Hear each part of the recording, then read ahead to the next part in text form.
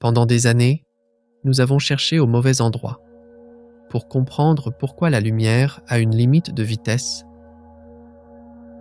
nous nous sommes toujours concentrés sur la lumière elle-même.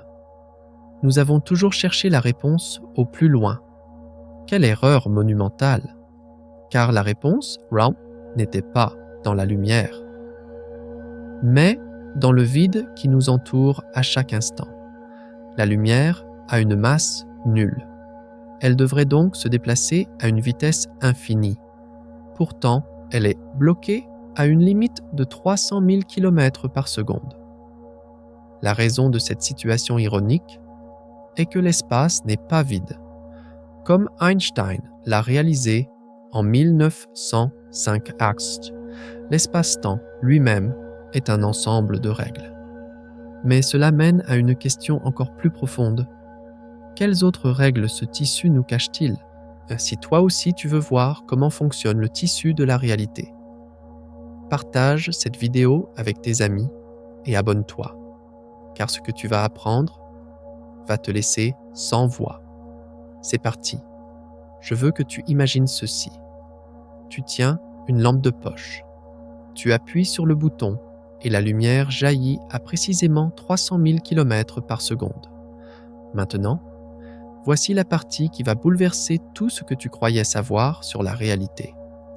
La masse de la lumière est absolument de zéro. Zéro. Rien. Elle n'a absolument aucun poids. Alors, réponds à cette question. Si la lumière n'a pas de masse, si absolument rien ne peut la ralentir, s'il n'y a pas de friction dans l'espace, pas de résistance de l'air dans le vide, pourquoi ne va-t-elle pas à une vitesse infinie ? Pourquoi s'arrête-t-elle pile à 300 000 km par seconde ? Quel mur invisible la lumière frappe-t-elle ?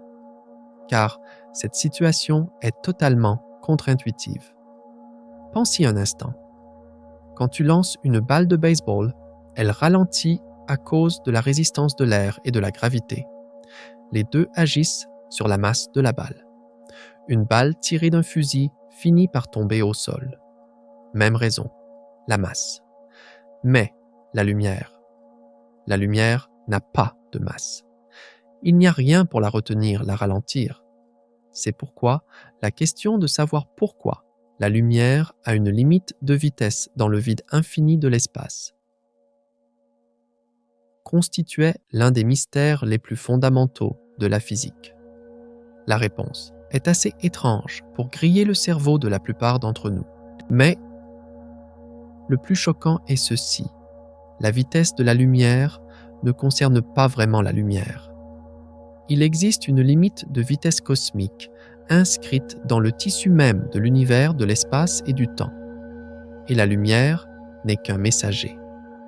Nous montrant cette loi fondamentale. Tout ce que tu vas apprendre maintenant va complètement changer ta façon de voir la réalité. Alors, qu'est-ce que la lumière en réalité ? Laisse-moi te donner une réponse qui semble absolument folle, mais qui est entièrement vraie. La lumière est à la fois une particule ET, une onde en même temps. Pas parfois, une particule parfois, une onde. Toujours les deux à la fois. C'est une dualité fondamentale au cœur même de la réalité. C'est pourquoi, pour résoudre ce mystère, nous devons retourner en 1905. Chez un jeune employé de bureau des brevets nommé Albert Einstein a publié un article qui allait tout changer. Le jour, il examinait des demandes de brevets dans un bureau à Berne, en Suisse. Et la nuit, il réécrivait complètement la physique. Cet article expliquait un phénomène, appelé l'effet photoélectrique, et il prouvait que la lumière se propageait en paquets discrets, nommés photons. C'étaient les particules de lumière. Avant Einstein, la plupart des scientifiques pensaient que la lumière était une onde pure, comme les vagues sur un étang. Mais Einstein a montré que la lumière frappait les surfaces métalliques comme de minuscules projectiles délogeant les électrons. Cette découverte lui a valu le prix Nobel en 921. Mais c'est ici que les choses deviennent étranges. Les mêmes photons qui se comportent comme des particules se comportent aussi exactement comme des ondes. Ils créent des figures d'interférence. Ils ont des longueurs d'onde, CHIRM, et ils peuvent être diffractés. Thomas Young l'avait prouvé dès 1801 avec sa célèbre expérience des fentes de Young.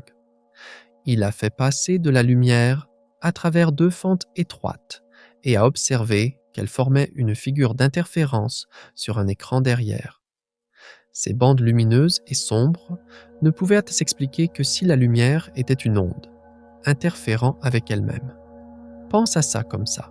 Tu es à la fois un rocher solide et une vague de l'océan. En même temps, c'est ça, la lumière. Cette dualité au cœur de la réalité est directement liée à sa nature sans masse. Car ces photons, ces particules de lumière, ont une masse au repos nulle. Cela a été confirmé par d'innombrables expériences au XXe siècle. Si les photons avaient la moindre masse, même infime, toute notre compréhension de l'univers s'effondrerait.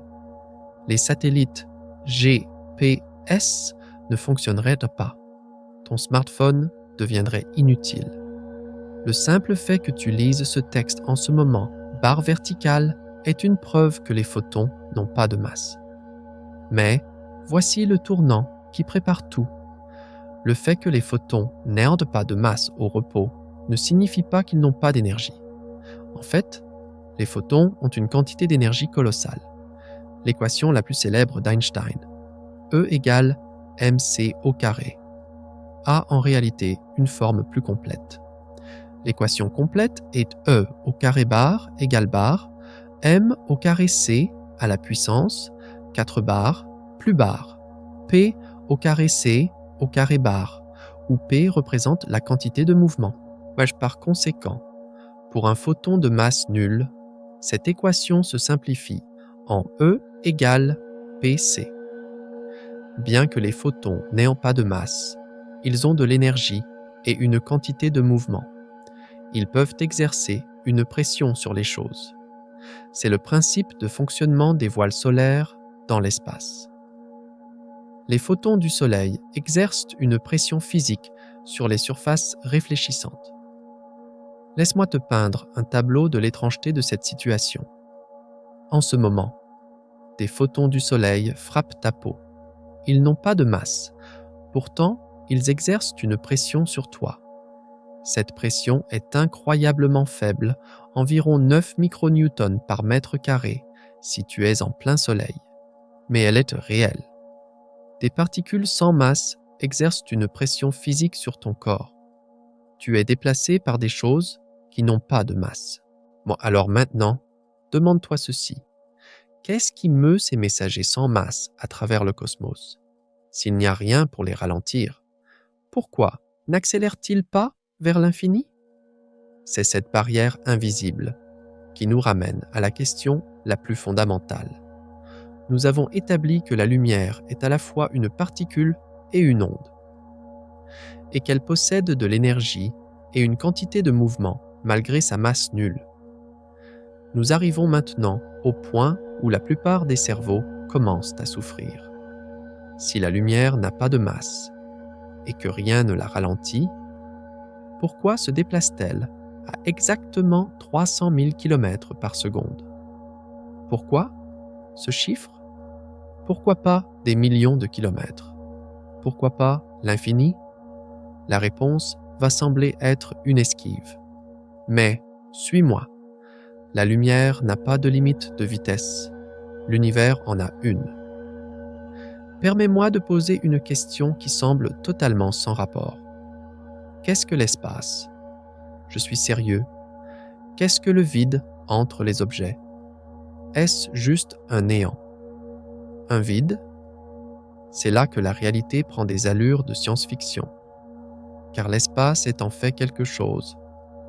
Une chose avec ses propres propriétés. Une structure. Et l'une de ses caractéristiques les plus fondamentales est l'une de ses caractéristiques les plus fondamentales, et qu'il a une vitesse maximale à laquelle l'information, l'énergie ou la matière peuvent se propager à travers lui. Cette vitesse est de 300 000 km par seconde. C'est ici qu'Einstein entre à nouveau en scène en 1915 avec sa théorie de la relativité générale. Car Einstein a réalisé que ce que nous appelons l'espace et ce que nous appelons le temps sont en fait les deux faces d'une même pièce. Ils sont tissés ensemble en une seule étoffe, appelée l'espace-temps. Imagine ça comme ça. Pense à une immense feuille de caoutchouc tendue. C'est l'espace-temps. Maintenant, si tu places une boule de bowling sur cette feuille, elle crée une dépression, une courbure dans le tissu. C'est cette courbure que nous expérimentons comme la gravité. Imagine que tu fais rouler une bille sur cette feuille. La trajectoire de la bille sera courbée autour de la dépression créée par la boule de bowling. C'est pourquoi les planètes tournent autour des étoiles et les lunes autour des planètes.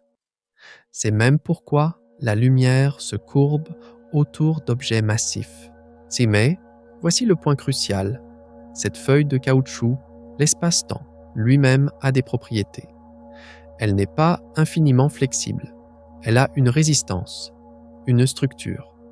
Par conséquent, la lumière ne se déplace pas à la vitesse de la lumière, car la lumière n'a pas de masse. Et tout ce qui n'a pas de masse se déplace automatiquement à la vitesse maximale autorisée par l'espace-temps. Comprends-tu la gravité de la situation? La vitesse de la lumière est en fait la vitesse de la causalité elle-même. La vitesse maximale à laquelle une cause peut produire un effet n'importe où dans l'univers. Qu'est-ce que cela signifie pour toi, pour tout ce qui existe? La réponse vient du cosmos lui-même. Donc c'est pourquoi, si demain nous découvrions que les photons ont en fait une masse infime, trop petite pour que nous puissions la mesurer, la lumière se déplacerait un peu plus lentement qu'elle ne le fait maintenant. Mais la limite universelle resterait exactement la même, car cette limite est une propriété de l'espace-temps, pas de la lumière. En 1987, des astronomes ont observé une supernova, une étoile en explosion dans une galaxie voisine appelée le Grand Nuage de Magellan, à environ 168 000 années-lumière de nous. Cette supernova, nommée SN 1987A, a libéré une quantité d'énergie inimaginable sous diverses formes, comme la lumière, les neutrinos et les ondes gravitationnelles. Les scientifiques ont détecté à la fois la lumière et les neutrinos de cette explosion. Mais voici ce qui est remarquable. Les deux sont arrivés sur Terre presque exactement au même moment, après un voyage de 168 000 ans à travers l'espace. Les neutrinos ont une masse infime. Nous l'avons mesuré. Pourtant, ils sont arrivés presque en même temps que les photons. Pourquoi? Car les deux voyageaient à une vitesse proche de la vitesse maximale autorisée par l'espace-temps. Les photons sans masse voyageaient pile à la limite cosmique. Les neutrinos, avec leur masse infime, voyageaient juste en dessous de cette limite, à une vitesse si proche que sur 168 000 ans, ils n'ont eu que quelques heures de retard. Cette expérience prouve quelque chose de très profond. La limite ne concerne pas les particules, elle concerne l'univers lui-même. Mais pourquoi? Pourquoi l'espace-temps a-t-il cette propriété? Pourquoi 300 000 km par seconde et pas un autre nombre? Pour répondre à cette question, nous devons plonger dans l'architecture de la réalité. Nous devons parler de la structure de l'espace-temps. Une chose qui semble abstraite, mais qui est en fait la chose la plus concrète de la physique. Et pour comprendre cela, nous devons remonter à 1864, à un physicien écossais nommé James Clerk Maxwell. Maxwell était obsédé par l'électricité et le magnétisme. À l'époque, les scientifiques savaient que les deux étaient liés. Si tu déplaces un aimant près d'un fil, tu obtiens un courant électrique. Si tu fais passer un courant électrique dans un fil, tu crées un champ magnétique. Mais personne ne comprenait pourquoi. Maxwell a fait quelque chose de révolutionnaire. Il a écrit 4 équations maintenant appelées les équations de Maxwell, qui décrivent complètement comment les champs électriques et magnétiques interagissent.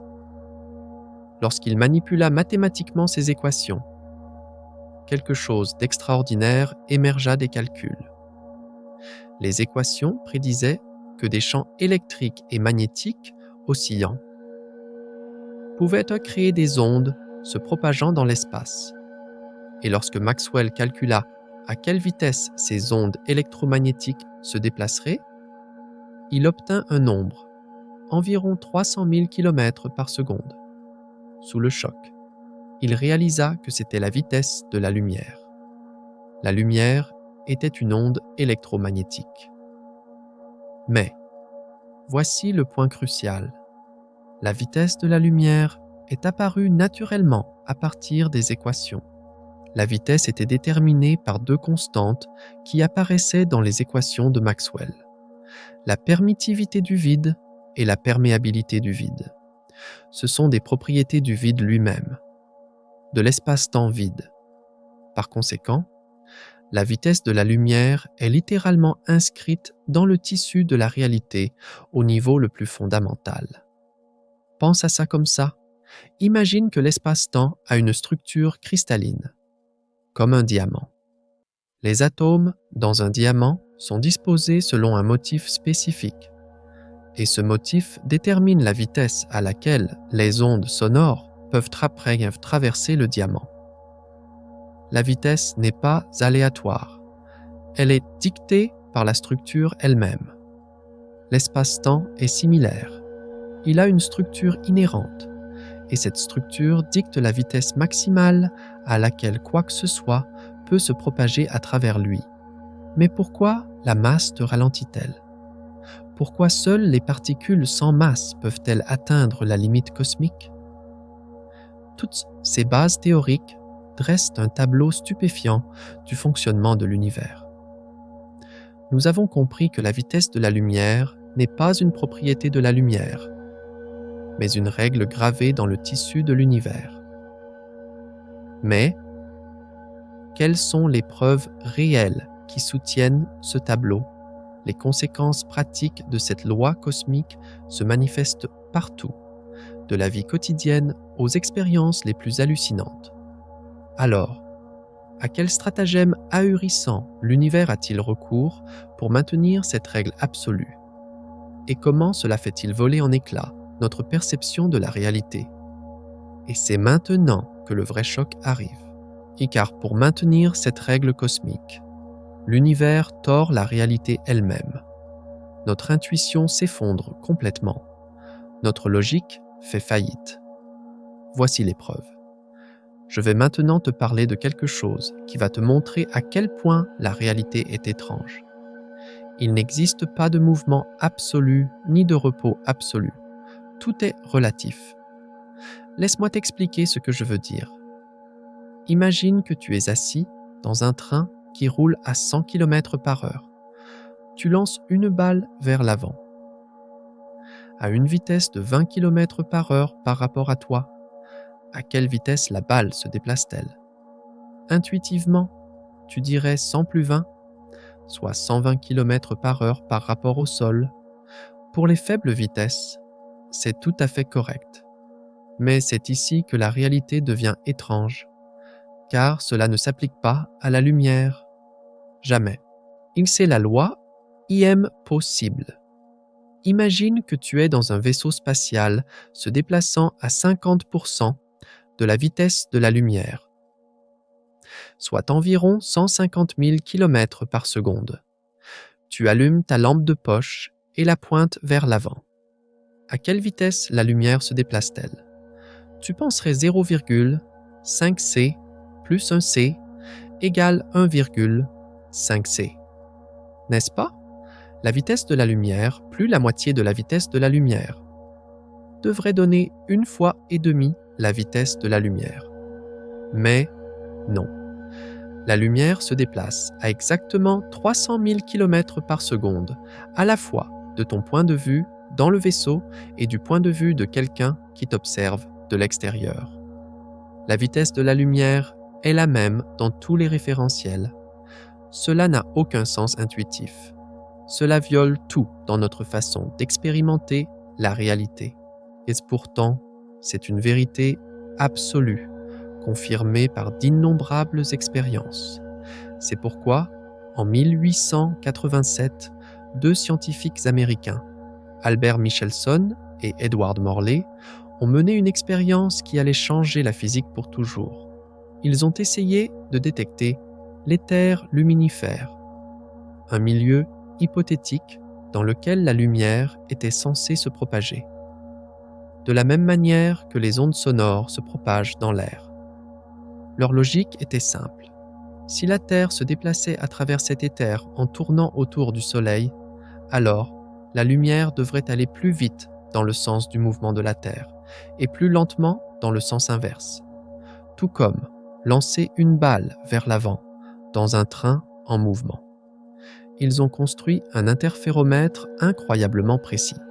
Cet appareil divisait un faisceau de lumière en 2, envoyait les 2 faisceaux dans des directions perpendiculaires, puis les recombinait. Mais ils n'ont rien trouvé. 0 différence. Quelle que soit la direction dans laquelle ils mesuraient la lumière, se déplaçait toujours exactement à la même vitesse. Ce résultat était si déconcertant qu'il a créé une crise en physique. Soit l'éther n'existait pas, soit il se passait quelque chose de très étrange avec l'espace et le temps eux-mêmes. Einstein a résolu cette crise en 1905 avec sa théorie de la relativité restreinte. Il a simplement posé 2 postulats simples. Premièrement, les lois de la physique sont les mêmes dans tous les systèmes se déplaçant à vitesse constante. Deuxièmement, la vitesse de la lumière est constante dans tous ces systèmes. De ces 2 postulats simples, tout le reste a découlé comme une avalanche. Mais c'est maintenant que la vraie folie commence, car si la vitesse de la lumière ne change pas, quelque chose d'autre doit changer. Quelque chose d'autre doit se courber. Quelque chose d'autre doit s'étirer. Et cette chose, c'est le temps lui-même. Lorsque tu te déplaces rapidement, tu vis littéralement un flux temporel différent. Ce n'est pas une illusion ou une erreur de mesure. Le temps s'écoule réellement plus lentement pour toi que pour un observateur immobile. C'est là que la formule d'addition des vitesses de la relativité restreinte entre en jeu, Saksham, et détruit complètement notre intuition. Lorsque 2 objets se déplacent l'un vers l'autre, chacun à 90% de la vitesse de la lumière. Ils ne se déplacent pas à 180% de la vitesse de la lumière, l'un par rapport à l'autre. C'est impossible, car la formule de la relativité empêche la somme de jamais dépasser c. En fait, ils se déplacent à environ 99,4% de la vitesse de la lumière, l'un par rapport à l'autre. Les mathématiques de l'espace-temps protègent la limite cosmique. Ce n'est pas une illusion de perception, c'est la réalité elle-même qui se comporte de manière à préserver la limite cosmique. L'espace et le temps sont flexibles. Mais la vitesse de la lumière ne l'est pas. Il existe une expérience qui prouve ce fait au-delà de tout doute raisonnable. Les accélérateurs de particules produisent des particules par collision. Et ces particules se désintègrent souvent en d'autres particules se déplaçant dans des directions opposées. Nous pouvons mesurer les vitesses de ces produits de désintégration. Même lorsque 2 particules sont produites se déplaçant dans des directions opposées, disons à 99,9% de la vitesse de la lumière. lorsque nous calculons leur vitesse relative, elles ne dépassent jamais. C. L'univers conspire, par la flexibilité de l'espace et du temps, pour maintenir cette limite. Alors, qu'est-ce que tout cela signifie? La constance de la vitesse de la lumière, la flexibilité du temps et de l'espace, le fait que l'univers torde son propre tissu pour maintenir cette règle. Toutes ces découvertes montrent à quel point la réalité est étrange et contre-intuitive, mais ce ne sont que des égratignures à la surface. Et s'il existait une connexion dans l'univers qui semble violer cette règle instantanément, une connexion qu'Einstein lui-même a qualifiée de fantasmagorique? Et si cette connexion permettait à deux particules de s'influencer instantanément, quelle que soit la distance qui les sépare? Qu'adviendrait-il de cette limite de vitesse cosmique et ce secret qui se cache au fondement de la réalité? Et ce secret concerne quelque chose qui va complètement faire voler en éclats nos intuitions sur la réalité, l'intrication quantique. Dans le monde quantique, les particules peuvent s'intriquer. Elles peuvent être liées de telle manière que la mesure d'une particule affecte instantanément l'autre, quelle que soit la distance qui les sépare. Einstein détestait cela. Il l'a appelé l'action fantasmagorique à distance, car cela semblait violer la limite de vitesse cosmique. Voici comment ça marche. Imagine que tu produis deux photons intriqués dans un état quantique spécial. Tu envoies un photon sur Terre et l'autre sur Mars. Si tu mesures une propriété du photon sur Terre, disons sa polarisation. Le photon sur Mars sait instantanément ce que tu as mesuré et adopte l'état complémentaire. Cela se produit plus vite que la lumière ne pourrait voyager entre la Terre et Mars. Cette situation semble violer tout ce dont nous avons parlé, sur le fait que la vitesse de la lumière est une limite cosmique. Alors, que se passe-t-il? L'information voyage-t-elle plus vite que la lumière? Non, et c'est crucial, car aucune information n'est réellement transférée via l'intrication. La corrélation entre les particules est instantanée. Mais tu ne peux pas utiliser cette corrélation pour envoyer un message. La personne sur Mars, en mesurant son propre photon, voit des résultats aléatoires. Ce n'est que lorsque vous comparez vos résultats plus tard, par une communication normale plus lente que la lumière, que vous découvrez cette corrélation. La limite cosmique est préservée, car la limite concerne vraiment la causalité, la cause et l'effet. C'est pourquoi, en 2015, des physiciens ont réalisé une expérience appelée « test de Bell sans échappatoire », qui a prouvé de manière concluante que l'intrication quantique est réelle. C'est mené simultanément par des équipes aux Pays-Bas et en Autriche. Cette expérience a fermé toutes les voies possibles par lesquelles la corrélation pourrait être expliquée par des variables locales, cachées, ou une communication entre les particules. Le résultat était inéluctable. L'intrication quantique est une caractéristique réelle de l'univers barre verticale et elle coexiste sans contradiction avec la limite cosmique. Mais voici ce qui devrait te retourner le cerveau. L'intrication nous montre que l'univers n'est pas fondamentalement local. Des choses séparées dans l'espace peuvent être connectées par des voies qui n'impliquent rien qui traverse l'espace entre elles. L'univers est tissé ensemble, à un niveau plus profond que l'espace lui-même. Maintenant, je vais te frapper avec quelque chose qui sonne comme de la pure science-fiction, mais qui est absolument réel. Rien ne peut aller plus vite que la lumière, sauf l'espace lui-même. 1 minute. Quoi? L'expansion de l'univers n'est pas de la matière se déplaçant dans l'espace. C'est l'espace lui-même qui s'étend. Et cela n'a pas de limite. En 1929, l'astronome Edwin Hubble a découvert que les galaxies lointaines s'éloigne de nous. De plus une galaxie est éloignée, plus elle s'éloigne vite. Cela conduit à la compréhension que l'univers est en expansion. Mais voici le point clé. Les galaxies ne se déplacent pas dans l'espace. C'est l'espace entre les galaxies qui grandit. C'est comme gonfler un ballon sur lequel tu as dessiné des points. Les points s'éloignent les uns des autres. Non pas parce qu'ils se déplacent sur la surface, mais parce que la surface elle-même s'étire. Par conséquent, il n'y a pas de violation de la limite cosmique, car c'est l'espace en expansion lui-même.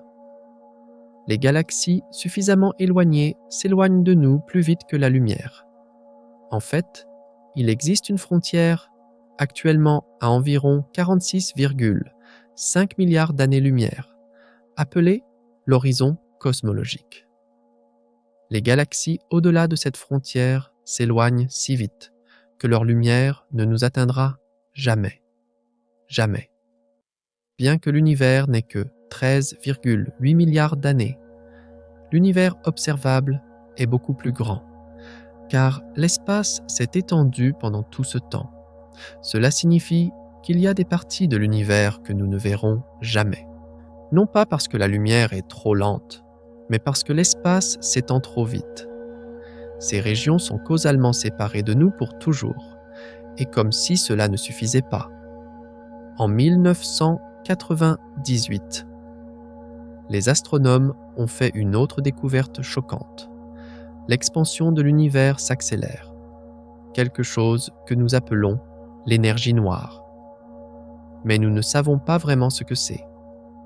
Pousse l'espace à s'étendre encore plus vite. Cette découverte a valu à Saul Perlmutter, Brian Schmidt et Adam Riess le prix Nobel de physique en 2011. Si cette accélération se poursuit, finalement, chaque galaxie au-delà de notre groupe local s'éloignera de nous plus vite que la lumière. L'univers s'assombrira. Les futurs astronomes, dans des milliards d'années, ne verront que les étoiles de leur propre galaxie. Ils n'auront aucune preuve que l'univers s'est jamais étendu. Ils n'auront aucune preuve du Big Bang, des milliards d'autres galaxies que nous pouvons voir. La constance de la vitesse de la lumière, la flexibilité du temps, la connexion fantasmagorique de l'intrication quantique, et même l'expansion de l'espace lui-même plus vite que la lumière. Toutes ces découvertes montrent à quel point la réalité peut se tordre, à quel point elle peut devenir étrange. Pour préserver la règle la plus fondamentale de l'univers, la limite de vitesse cosmique. Mais comment tous ces phénomènes s'articulent-ils? Quel est le mécanisme sous-jacent qui fait que le temps ralentit à mesure que l'on accélère? Comment cette loi cosmique est-elle exactement inscrite dans le tissu de la réalité? Et comment façonne-t-elle tout ça? De notre vie quotidienne aux phénomènes physiques les plus extrêmes. Il est temps de plonger dans les détails techniques de cette architecture fondamentale de la réalité. Car le vrai secret est caché dans le fonctionnement de ce mécanisme. Mais comment ce mécanisme fonctionne-t-il exactement? Sur quelle loi physique repose cette flexibilité, cette courbure au cœur de la réalité? Jusqu'à présent, nous avons vu les résultats choquants des découvertes. Mais il est maintenant temps de ralentir un peu le rythme et de regarder sous le capot de la réalité. Car les mécanismes que l'univers utilise pour préserver cette règle la plus fondamentale sont au moins aussi stupéfiants que leurs conséquences. Si le premier et le plus fondamental des mécanismes est caché dans la nature même de ton mouvement, à travers l'espace et le temps. C'est le fait le plus contre-intuitif, mais le plus solidement prouvé. Tu peux voir ça comme un compteur de vitesse spatio-temporelle. Imagine que chaque objet dans l'univers, y compris toi, a ce compteur de vitesse invisible. Et l'aiguille de ce compteur indique toujours, sans exception, la même vitesse totale. Cette vitesse totale, l'asas, est la vitesse de la lumière. Mais voici le secret. Tu dois partager cette vitesse totale entre deux types de mouvements différents. Le mouvement dans l'espace et le mouvement dans le temps. Au repos, assis sur une chaise, ton mouvement dans l'espace est presque nul. Par conséquent, tu utilises toute ta part du compteur de vitesse pour te déplacer dans le temps. Et le temps s'écoule pour toi à sa vitesse maximale, 1 seconde par seconde. Mais, lorsque tu te lèves et commences à marcher, tu augmentes ta part de vitesse dans l'espace. Cependant, comme ta vitesse totale doit rester constante, tu dois compenser cette augmentation. Par conséquent, cette compensation doit être prélevée sur ta vitesse temporelle. Plus tu te déplaces vite dans l'espace, plus tu te déplaces lentement dans le temps. Ce n'est pas seulement une théorie, c'est un fait mesuré. En 1971, les physiciens Joseph Hafele et Richard Keating ont pris 4 horloges atomiques et ont voyagé autour du monde à bord d'avions à réaction, en les comparant aux horloges laissées au sol. Ils ont constaté que les horloges volantes étaient en retard, d'une différence infime, de seulement quelques nanosecondes. Mais cette différence prouvait de manière concluante que le temps s'était écoulé plus lentement pour les horloges en mouvement. Les satellites GPS que tu utilises aujourd'hui vivent cet effet à chaque instant. En raison de leur haute vitesse en orbite, leurs horloges fonctionnent environ 38 microsecondes plus lentement par jour que les nôtres. Si nous ne tenions pas compte de cette dilatation du temps, ta navigation GPS dériverait de plusieurs kilomètres en quelques heures. C'est pourquoi ce mécanisme est si efficace, car à mesure que l'on s'approche de la vitesse de la lumière, la dilatation du temps devient extrême. À 99,9% de la vitesse de la lumière, le temps s'arrête presque, et à la vitesse exacte de la lumière, le temps s'arrête complètement. Lorsque tu atteins la vitesse de la lumière, tu as consacré toute l'aiguille de ton compteur spatio-temporel au mouvement spatial. Il ne reste plus rien pour ton mouvement temporel. C'est pourquoi il est impossible pour un objet massif d'atteindre la vitesse de la lumière, car cela signifierait arrêter complètement le flux du temps. La limite cosmique est préservée par cette danse flexible du temps et de l'espace. Mais pourquoi seules les particules sans masse peuvent-elles atteindre cette limite? Cela nous amène au deuxième mécanisme fondamental, la nature de l'absence de masse. Nous avons toujours posé la question à l'envers. Nous demandions pourquoi quelque chose sans masse ne va-t-il pas à une vitesse infinie, gamma? Et la bonne question est, comment l'absence de masse force-t-elle une particule à aller exactement à la vitesse de la lumière? Car l'absence de masse n'est pas un billet pour la vitesse infinie, mais au contraire, c'est une condamnation à la seule et unique vitesse absolue autorisée par l'univers, c'est-à-dire la vitesse de la lumière. Pense à l'espace-temps comme à un fleuve puissant. La vitesse du courant de ce fleuve est de 300 000 km par seconde. Les objets massifs, c'est-à-dire toi, les planètes, les étoiles, sont comme des bateaux dans ce fleuve. Notre masse est comme une ancre. Elle nous permet de résister au courant, de ralentir, et même de rester immobile par rapport au courant. Mais les photons, les particules de lumière, sont comme une feuille sans poids flottant sur ce fleuve. Ils n'ont pas d'encre, ils n'ont pas de moteur, ils n'ont rien pour résister au courant. Par conséquent, ils sont obligés de dériver avec le courant du fleuve exactement à la vitesse du courant. Physiquement, cela s'explique par l'équation complète énergie-quantité de mouvement d'Einstein. E au carré égale m au carré, c à la puissance 4 plus et per au carré, c au carré.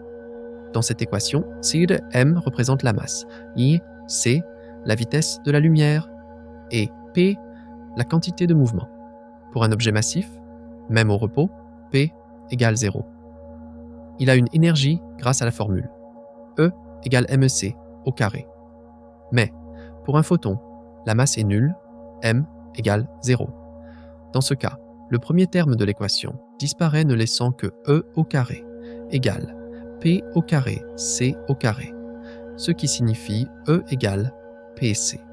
Cette simple équation dit que pour qu'une particule sans masse puisse exister, elle doit avoir une quantité de mouvement, c'est-à-dire du mouvement. Et la vitesse de ce mouvement doit être exactement c. Pour un photon, ralentir ou s'arrêter signifie la fin de son existence. L'absence de masse le verrouille à la vitesse du courant fondamental de l'univers. Ce mécanisme recadre le concept de masse. La masse est une mesure de la capacité d'un objet à résister à la vitesse fondamentale de l'espace-temps. Plus ta masse est grande, plus ta résistance est grande. Mais, si tu n'as pas de masse, tu n'as aucune résistance. C'est pourquoi tu te soumets au flux de l'univers. Mais, qu'est-ce qui détermine la vitesse de ce courant? Qu'est-ce qui règle la vitesse du fleuve? Cela nous amène au troisième, et peut-être au plus fondamental des mécanismes, les propriétés physiques du vide lui-même. Imagine que l'espace vide n'est pas réellement vide. Pense-le comme un milieu, comme du miel ou de l'eau. La vitesse d'un objet dans ce milieu dépend beaucoup plus des propriétés du milieu que de l'objet lui-même. La vitesse du son dans l'air est d'environ 343 mètres par seconde. Mais, dans l'eau, cette vitesse passe à 1480 mètres par seconde, car l'eau a une densité et une compressibilité différentes de l'air. Ce n'est pas le son lui-même qui détermine la vitesse, mais le milieu qu'il traverse. En 1864, lorsque James Clerk Maxwell a présenté ces 4 équations unifiant l'électricité et le magnétisme, il a découvert exactement cela. Ces équations montraient qu'un champ électrique variable créait un champ magnétique et qu'un champ magnétique variable créait un champ électrique. Les deux, se déclenchant mutuellement, se propageaient dans l'espace sous forme d'onde. Lorsque Maxwell a voulu calculer la vitesse de cette onde électromagnétique, il a introduit 2 constantes fondamentales dans ses équations. C'étaient des propriétés mesurables du vide lui-même. La permittivité diélectrique du vide, ε0, et la perméabilité magnétique du vide, μ0. Ces valeurs décrivent à quel point le vide résiste à la formation d'un champ électrique et à quel point il permet la formation d'un champ magnétique. Lorsque Maxwell a utilisé ces 2 constantes pour calculer la vitesse de l'onde, il a trouvé un nombre d'environ 300 000 km par seconde. C'était la même que la vitesse de la lumière connue à l'époque. Cela montre que la vitesse de la lumière n'est pas un nombre arbitraire, mais plutôt une propriété fondamentale gravée dans le tissu de l'univers, Sorbicht, dépendant de la résistance électrique et magnétique du vide. Le vide est le milieu le plus lisse, à travers lequel les photons peuvent passer. Mais même cette lissité ne signifie pas une résistance nulle. C'est cette résistance fondamentale qui détermine la limite de vitesse de l'univers. Le ralentissement du temps, la nécessité imposée par l'absence de masse, Shantis, et les propriétés physiques uniques du vide. Ces 3 mécanismes offrent un cadre fondamental pour comprendre pourquoi et comment la limite de vitesse cosmique fonctionne. Mais ces 3 mécanismes ne sont qu'une partie de l'histoire, car l'arsenal de l'univers contient des mécanismes encore plus étranges et plus finement réglés. et les différentes couleurs de la lumière? Comment un photon bleu et un photon rouge obéissent-ils à la même règle absolue? Ou que se passe-t-il réellement lorsque l'un des phénomènes les plus étranges de l'univers, l'effet tunnel quantique, semble percer cette loi cosmique? Ne serait-ce qu'un instant, car en descendant dans les couches plus profondes de la réalité, nous commençons à voir jusqu'où l'univers peut aller pour protéger cette limite. Et les autres mécanismes qu'il utilise pour protéger cette limite sont beaucoup plus subtils et surprenants, car l'univers doit rendre cette règle valable dans toutes les conditions, à tous les niveaux d'énergie et pour chaque particule.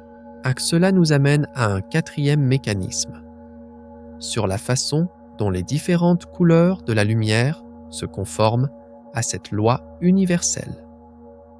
Les couleurs de la lumière sont fondamentalement des niveaux d'énergie différents. Les photons de la lumière bleue sont plus énergétiques que les photons de la lumière rouge. Mais comment se fait-il que l'un, bien que plus énergétique, se déplace exactement à la même vitesse que l'autre? La réponse réside dans un jeu d'équilibre élégant entre l'énergie, la fréquence et la longueur d'onde. Pense à cela comme à des voitures sur une autoroute. La limite de vitesse de l'autoroute est de 300 000 km par seconde. Toutes les voitures, quelle que soit leur marque ou la puissance de leur moteur, doivent respecter cette vitesse maximale. Certaines voitures, les rayons gamma de haute énergie, transportent beaucoup d'énergie comme des camions massifs, tandis que d'autres, les ondes radio de basse énergie, transportent moins d'énergie comme de petites voitures de sport légères. Mais toutes respectent la même limite de vitesse, car la vitesse est indépendante de l'énergie. En physique, il existe une équation fondamentale qui décrit cette relation. C égale lambda fois F. Ici, C est la vitesse de la lumière, lambda est la longueur d'onde, et F est la fréquence. Cette équation nous dit quelque chose d'extraordinaire, car C est constant. La longueur d'onde et la fréquence sont verrouillées dans une relation inverse. Si tu augmentes l'un, l'autre doit diminuer pour que le produit reste égal à C. La lumière rouge a une longueur d'onde plus longue, donc sa fréquence est plus basse. La lumière bleue a une longueur d'onde plus courte, donc sa fréquence est plus élevée. C'est pourquoi, en 1900, le physicien allemand Max Planck a jeté les bases de la mécanique quantique en découvrant que l'énergie électromagnétique se présente sous forme de paquets discrets proportionnels à la fréquence. L'énergie d'un photon est E égale hf. Ici, h est la constante de Planck et f est la fréquence. Cela signifie qu'un photon bleu, en raison de sa fréquence plus élevée, transporte plus d'énergie qu'un photon rouge. Mais les deux se déplacent à la même vitesse, c, dans le vide. Car ce ne sont pas leurs énergies qui déterminent leur vitesse, mais les propriétés fondamentales du vide. En 1991, un observatoire de rayons cosmiques dans l'Utah a détecté une particule, probablement un photon ou un proton de haute énergie avec une énergie d'environ 50 joules. C'est une énergie colossale pour une seule particule subatomique. C'est presque équivalent à l'énergie cinétique d'une balle de baseball lancée à 100 km/h. Mais même ce rayon cosmique ultra-énergétique voyageait à la vitesse de la lumière ou à une vitesse infiniment proche. Sa vitesse n'a pas changé. Seule son énergie a changé. Ce mécanisme montre que la limite de vitesse de l'univers est totalement indépendante de l'énergie transportée. Elle est absolue et inébranlable. Mais, et s'il existait un phénomène qui semble pouvoir percer cette règle, ne serait-ce qu'un instant? Mais et si une particule franchissait un obstacle en utilisant une énergie qu'elle ne devrait pas avoir, et semblait le faire plus vite que la lumière? Cela nous amène à l'un des cinquièmes et plus étranges mécanismes, l'effet tunnel quantique. Ce phénomène est le fait que des particules font quelque chose d'apparemment impossible.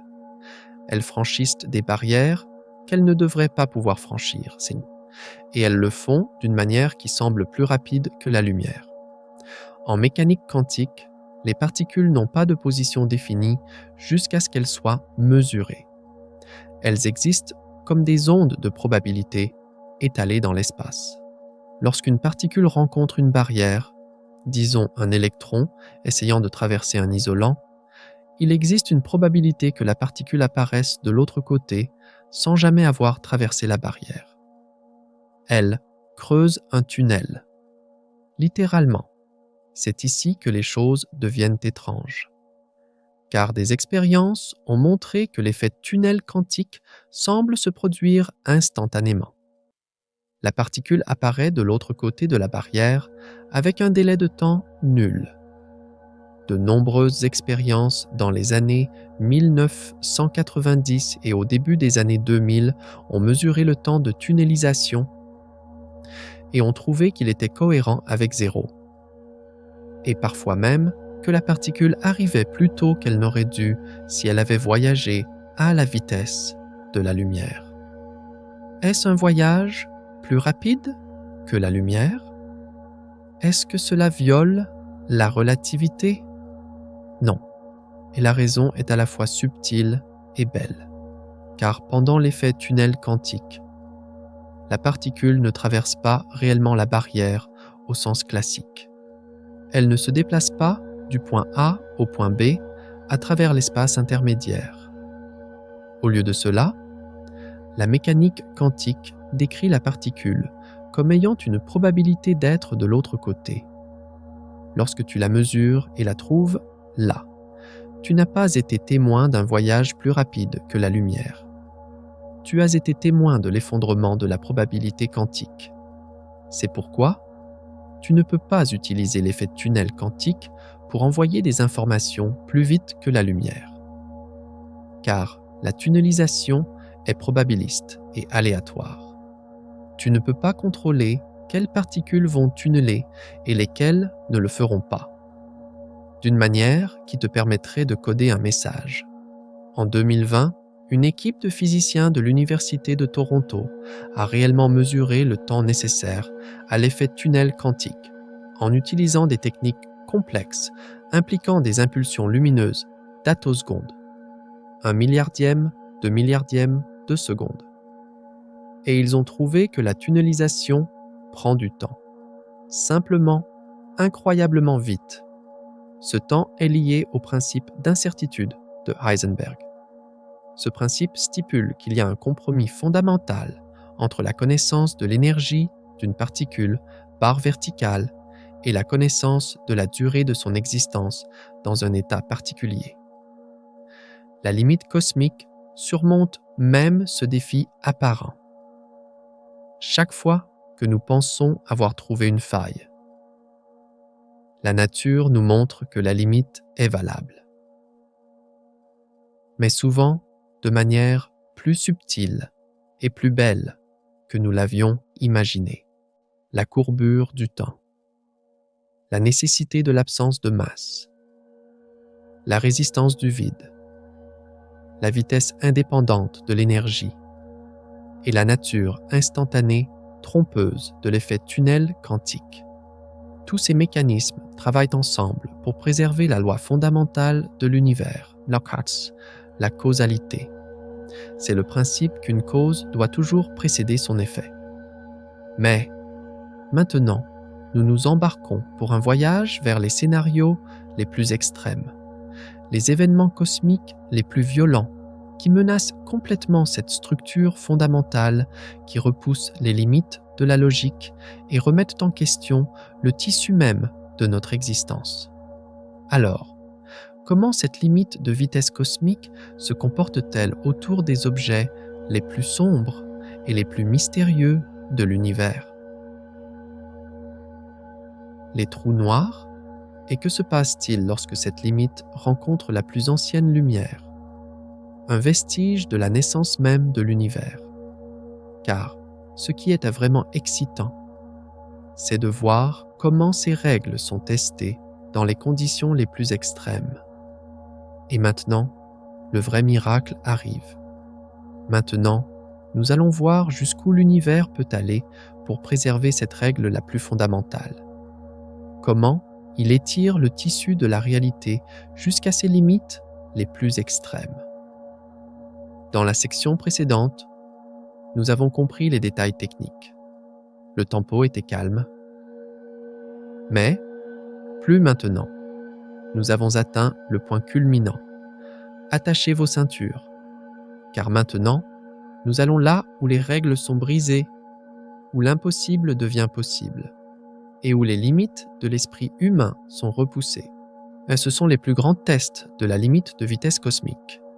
Et leurs résultats vous feront tout repenser sur l'univers. C'était possible. Aller plus vite que la lumière. Des scientifiques l'ont fait. Mais, il y avait une astuce. Ce n'était pas la chute de la limite de vitesse cosmique, mais la plus grande preuve de son fonctionnement ingénieux. Je parle du rayonnement Cherenkov. C'est un bang sonique optique qui se produit lorsqu'une particule se déplace dans un milieu, plus vite que la vitesse de la lumière dans ce milieu. Tout comme un avion à réaction crée un bang sonique lorsqu'il franchit le mur du son, car la particule se déplace plus vite que les ondes lumineuses qu'elle crée elle-même. Ces ondes s'accumulent et forment un cône de lumière intense, connu sous le nom d'onde de choc. As-tu déjà vu cette lueur bleue étrange et brillante sous l'eau dans les réacteurs nucléaires? C'est le rayonnement Cherenkov. L'eau ralentit la lumière à une vitesse inférieure à celle du vide, environ 225 000 km par seconde. Mais un électron de haute énergie éjecté du réacteur peut se déplacer plus vite que cette vitesse, peut-être à 250 000 km par seconde. Cette victoire instantanée, ce moment où la particule a dépassé la lumière, a été découvert en 1934 par le physicien russe Pavel Cherenkov. Cette découverte lui a valu le prix Nobel de physique en 1958, car c'était la première preuve que l'impossible était possible. La particule avait conquis l'eau. Elle avait battu la lumière à son propre jeu. Mais comment était-ce possible? Car la particule ne dépassait jamais la limite de vitesse absolue de l'univers, les 300 000 km par seconde dans le vide. Elle ne dépassait que la vitesse de la lumière ralentie, dans ce milieu particulier. C'était comme dépasser la limite de vitesse sur une autoroute, mais pas comme violer la loi fondamentale de la physique de l'univers. Le rayonnement Cherenkov nous a montré à quel point la limite cosmique est absolue. La limite est la vitesse, c, dans le vide. Rien d'autre. C'était le premier et le plus grand test dont la règle est sortie victorieuse. Mais il y en avait d'autres, car les scientifiques n'ont pas seulement essayé de dépasser la lumière, ils ont aussi essayé de l'arrêter complètement. Complètement. Vitesse zéro. C'était quelque chose au-delà de la science-fiction.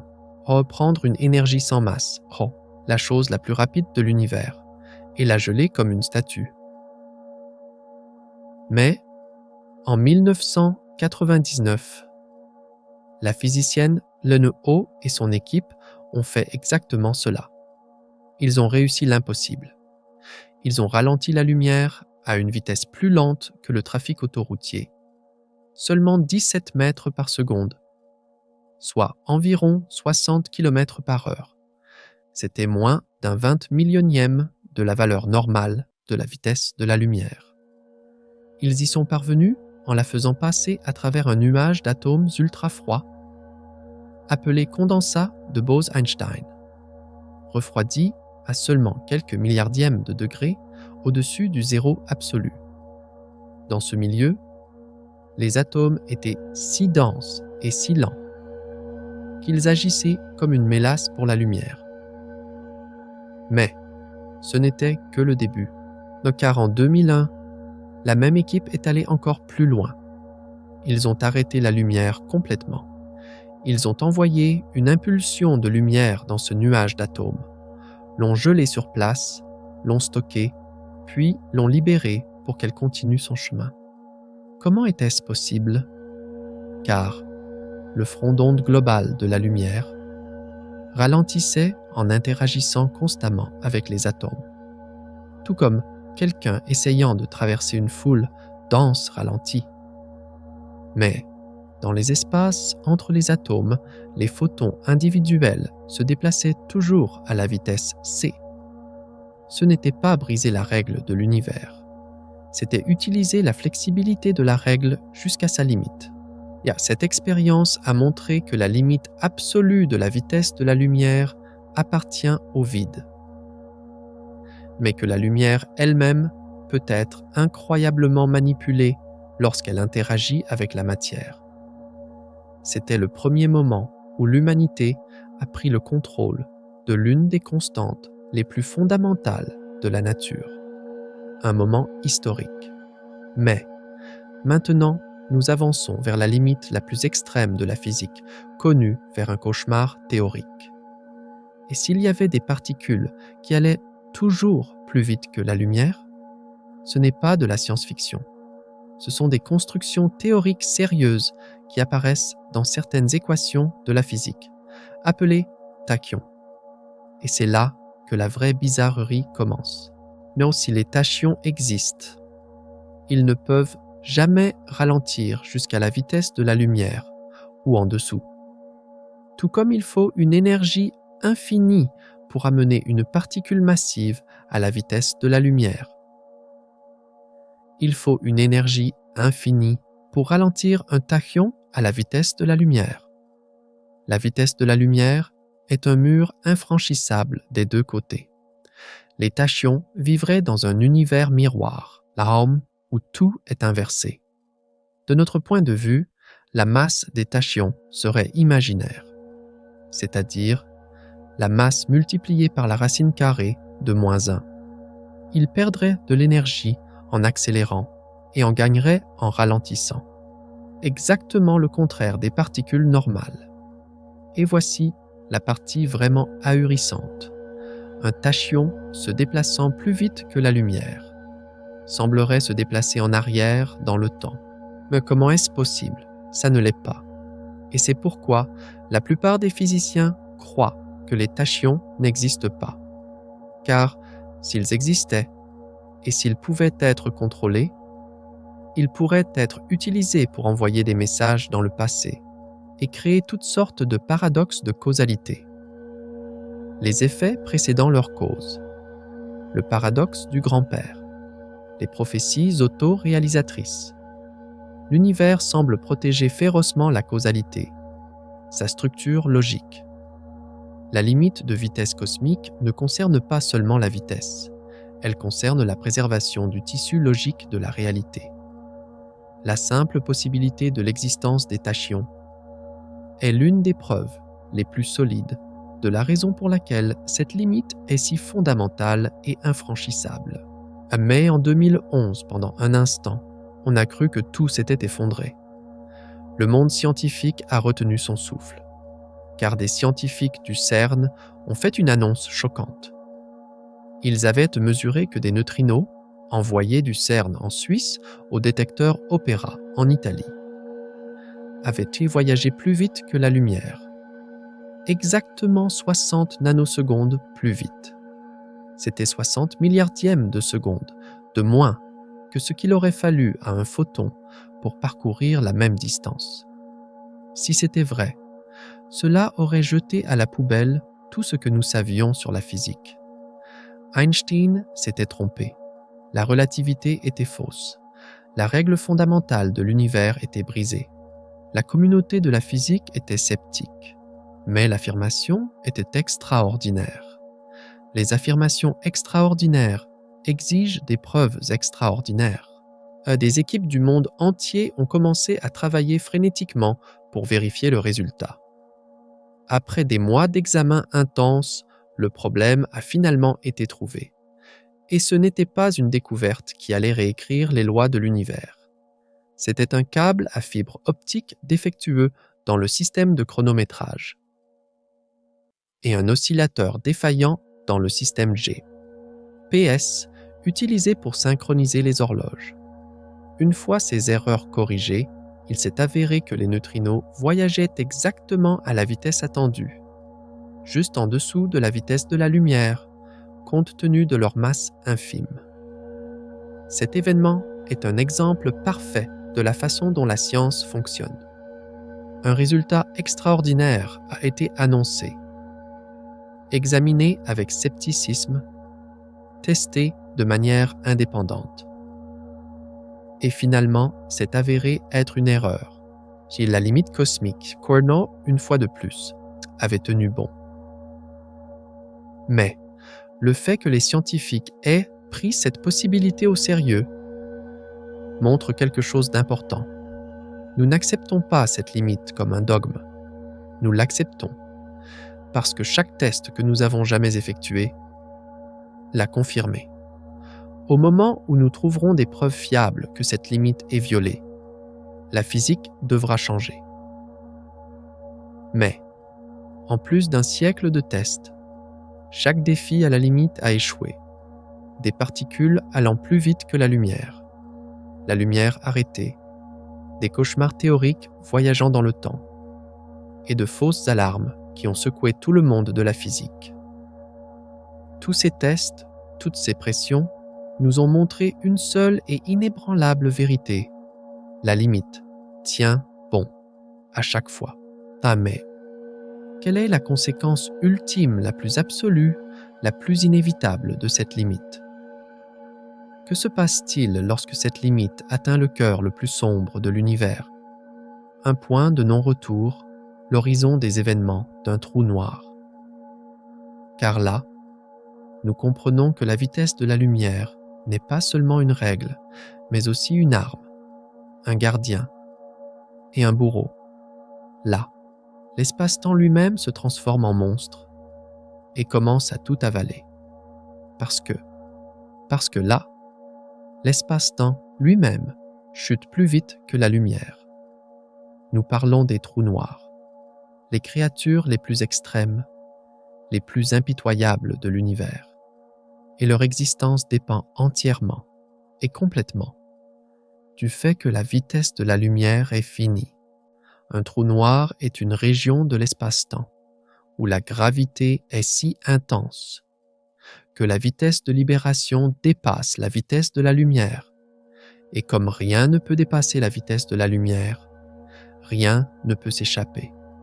Pas la matière, pas la lumière, pas l'information. La frontière du trou noir, le point de non-retour, est appelé l'horizon des événements, car les événements qui se produisent à l'intérieur de l'horizon ne peuvent pas envoyer de signaux lumineux à l'extérieur. Ils sont causalement déconnectés du reste de l'univers. Les trous noirs n'existent que parce que la vitesse de la lumière est finie. S'il n'y avait pas de limite cosmique barre verticale, il n'y aurait pas de trou noir. Quelle que soit la force de la gravité, tu pourrais théoriquement t'échapper en allant assez vite. Mais tu ne peux pas, car à l'horizon des événements, l'espace lui-même tombe vers l'intérieur à la vitesse de la lumière. À l'intérieur de l'horizon, l'espace tombe vers la singularité plus vite que la lumière. Comment est-ce possible? Pense à cela comme à un tapis roulant. Tu es sur un tapis roulant qui se déplace plus vite que toi, quelle que soit la vitesse à laquelle tu cours vers l'avant. Tu te déplaces toujours en arrière par rapport au sol, car le tapis roulant se déplace en arrière plus vite que ton mouvement vers l'avant. C'est ça, un trou noir. L'espace lui-même tombe plus vite que tu ne peux le traverser. C'est pourquoi, en 2019, lorsque la collaboration Event Horizon Telescope a publié la toute première photo d'un trou noir de l'histoire, le monde scientifique a retenu son souffle.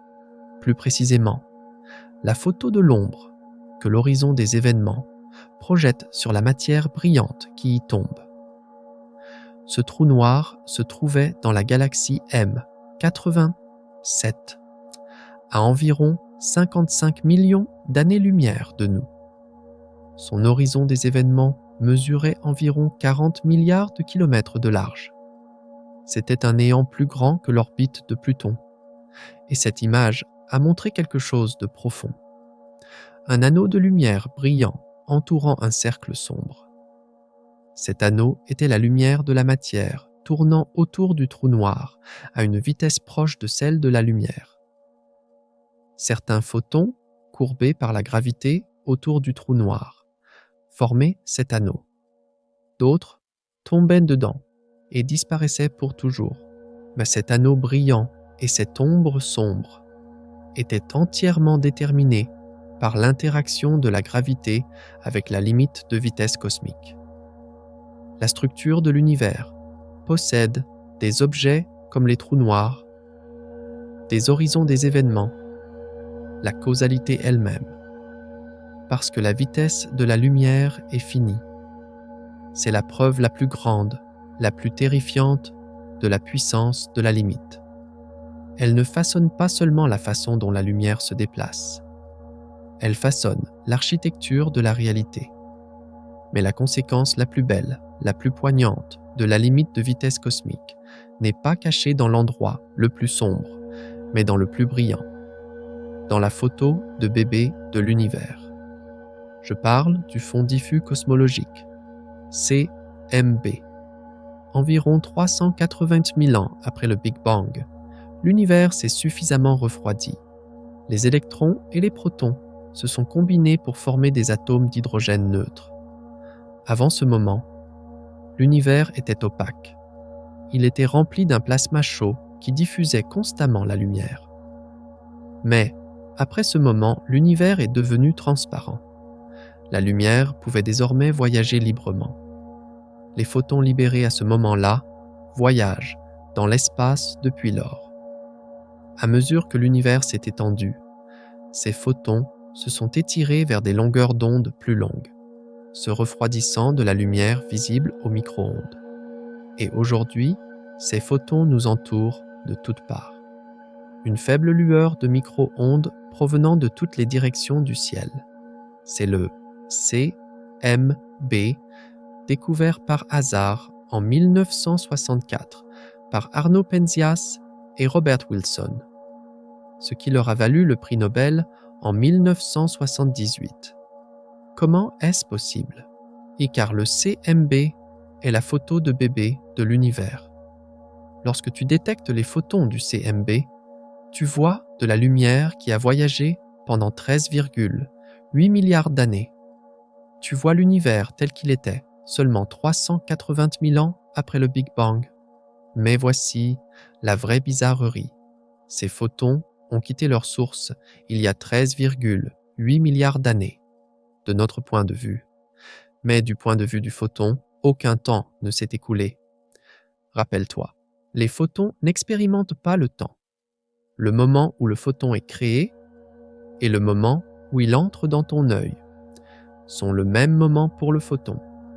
Chaque photon du CMB expérimente simultanément la naissance de l'univers à Sakchan et ta rétine en ce moment même. Le passé et le présent s'effondrent en un seul instant. Pour la lumière elle-même, je sais pourquoi. La vitesse finie de la lumière nous permet d'être des archéologues cosmiques. Nous pouvons voir le passé en regardant des objets lointains. Plus nous regardons loin dans l'espace, plus nous remontons dans le temps. Cette limite n'est pas une contrainte, c'est une fenêtre sur l'histoire. En 2013, le satellite Planck a publié la carte la plus détaillée jamais réalisée du fond diffus cosmologique. Cette carte montrait de minuscules fluctuations de température.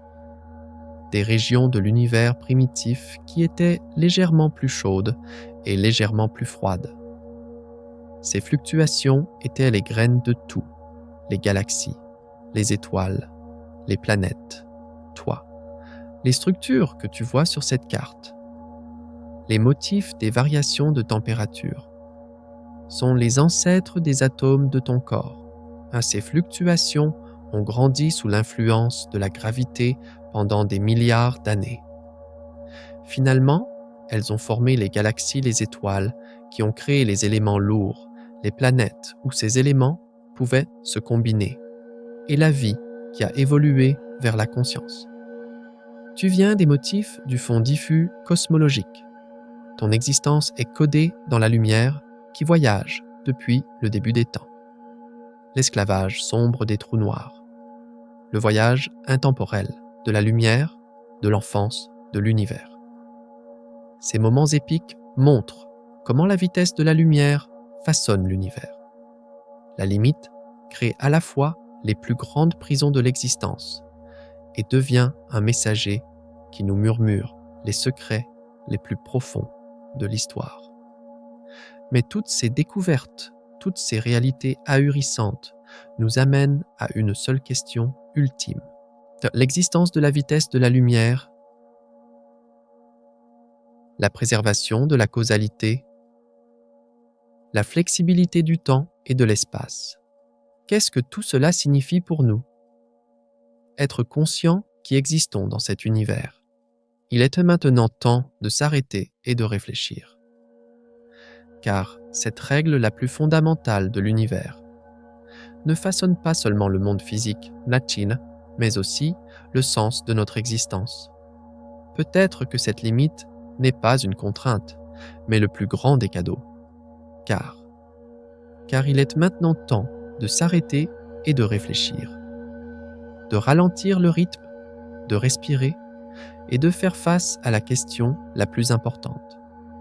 Que signifient toutes ces lois cosmiques, ces limites absolues, ces réalités ahurissantes pour nous, ces êtres conscients vivant sur un point bleu pâle dans un coin reculé de cet univers? Jusqu'à présent, nous avons compris ce qu'est l'univers et comment il fonctionne. Mais maintenant, nous devons essayer de comprendre notre place à l'intérieur de cet univers. Car l'existence de la vitesse de la lumière ne façonne pas seulement notre réalité physique, mais aussi le sens le plus profond de notre existence, et nous force à faire face à nos paradoxes les plus fondamentaux. Car la vitesse finie de la lumière nous dit que nous sommes à la fois connectés et éternellement seuls.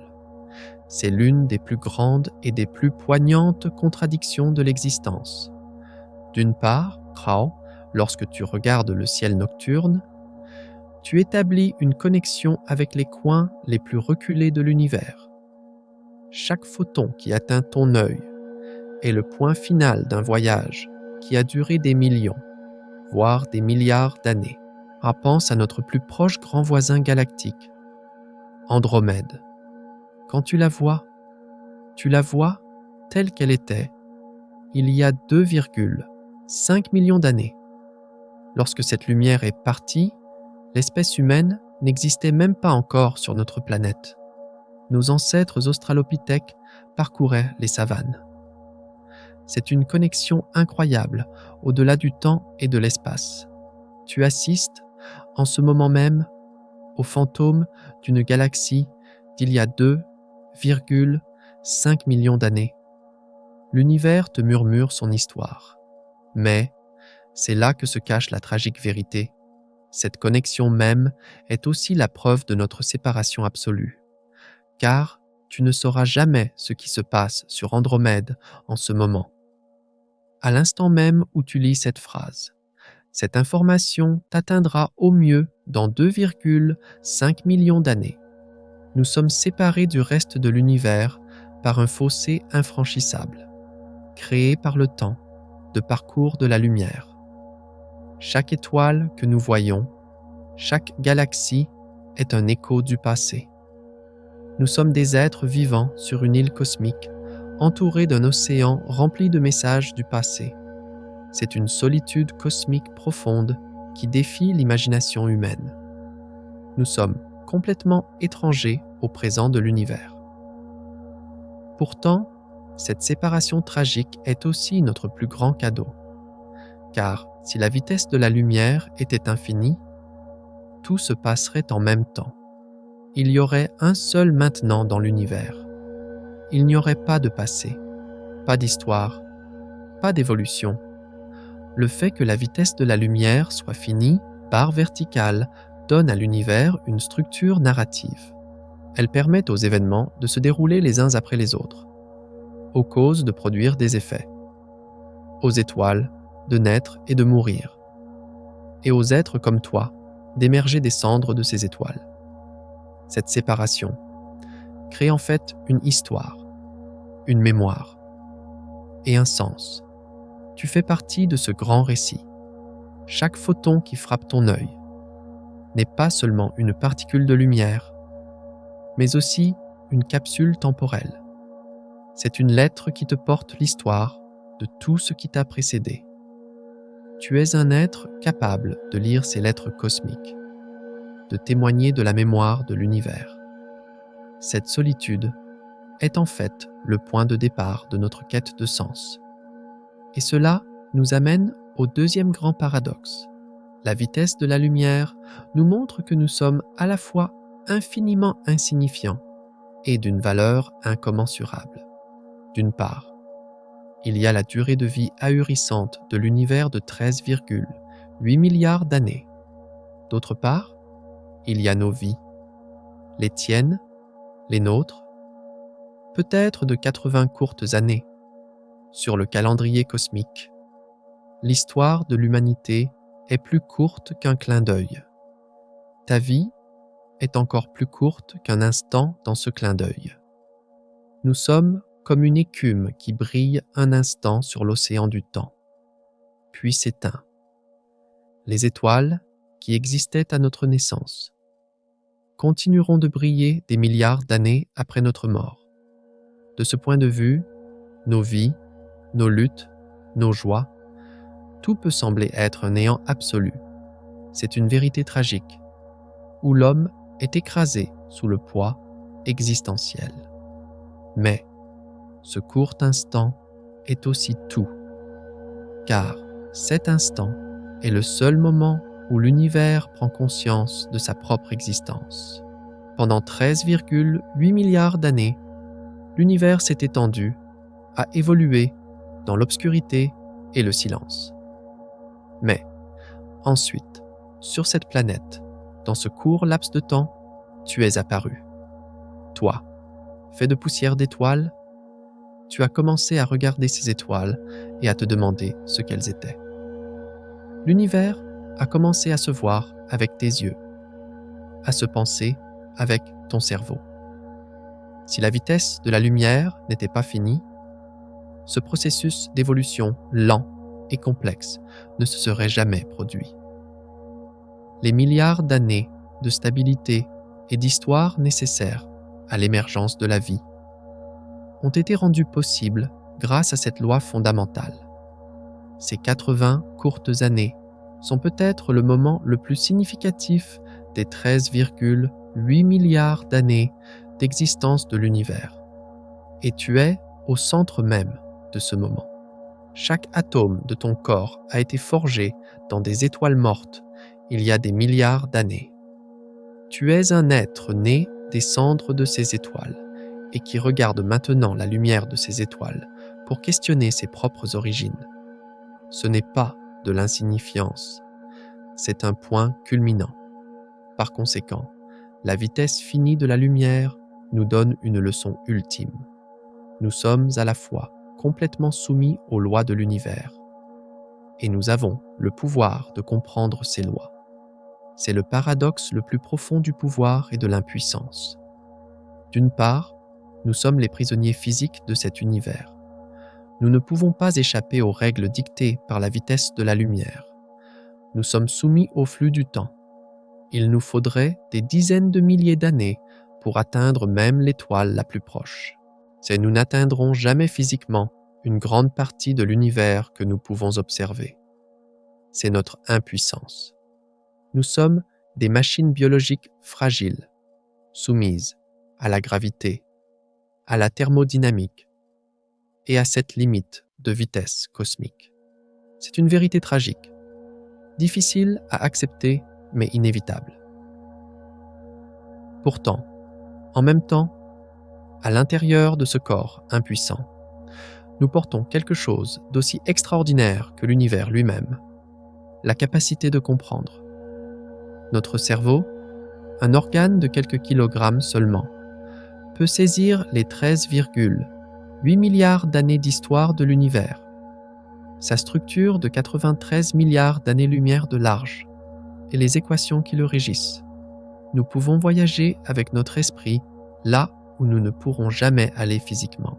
Et nous pouvons simuler le moment du Big Bang, théoriser sur ce qui se passe au cœur des trous noirs et comprendre pourquoi la vitesse de la lumière est constante. C'est le contraire de l'impuissance. C'est la victoire ultime de l'esprit. Nous sommes des prisonniers qui examinent les murs de leur prison, qui comprennent le matériau dont sont faits les barreaux, et qui se demandent pourquoi ces barreaux existent. Tu fais partie de ce miracle. Tes pensées sont des signaux électromagnétiques circulant entre les neurones de ton cerveau, dont la vitesse est elle-même déterminée par la vitesse de la lumière. Ainsi, la règle fondamentale de l'univers est le mécanisme même qui te permet de penser à cette règle.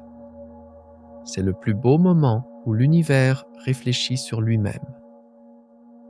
Interroge sa propre existence, connecté mais seul, insignifiant mais précieux, impuissant mais comprenant.